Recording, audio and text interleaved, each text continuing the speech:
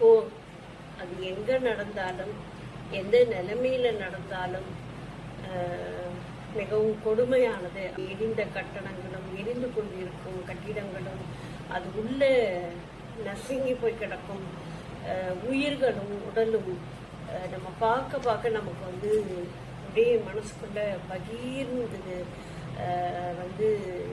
எவ்வளவு சுலபமாக ராக்கெட்களும் ஏவுகணைகளும் ட்ரோன்களும் அப்படியே பறக்குது. அப்படியே எல்லாவற்றையும் நம்ம பார்த்து கொண்டிருக்கிற ஒரு தலைமுறையாக நம்ம இருந்து கொண்டிருக்கோம். உலகம் கொஞ்சம் கொஞ்சமாக அழிவதை நம்ம கண்ணால பார்க்கணும்.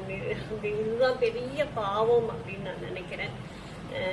இந்த தலைமுறை ரொம்பவே மோசமான பல நிகழ்வுகளை, கொரோனாவாகட்டும், ஆழி பேரலையாகட்டும், நிலநடுக்கமாகட்டும், புயல் காற்று, வெள்ளம், மழை, அது இதன் எல்லாமே வரலாற்று பதிவுகளில் இருந்தது எல்லாத்தையும் நம்ம இப்போ பார்த்துக்கிட்டு இருக்கோம்.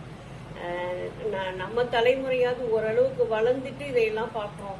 இன்றைக்கு இருக்கிற இளம் தலைமுறையினர் இதுலேயே வாழ வேண்டிய ஒரு சூழல். இவர்களுடைய வாழ்க்கை நாளைக்கு என்ன ஆகும்?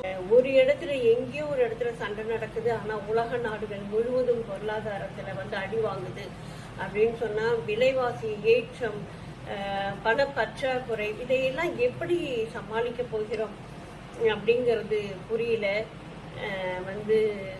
போர் என்றைக்குமே நல்ல விஷயம் இல்லை அப்படிங்கிறது தான் நிதர்சனம். ஆட்சியாளர்கள் கவனத்துல கொள்ளணும்.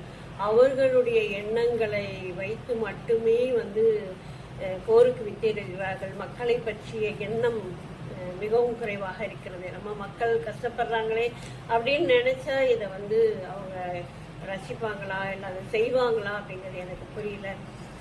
போரை எந்த நேரமும் நடத்தாமல் இருப்பதே நலம். தயவு செய்து நிறுத்திடுங்களேன்.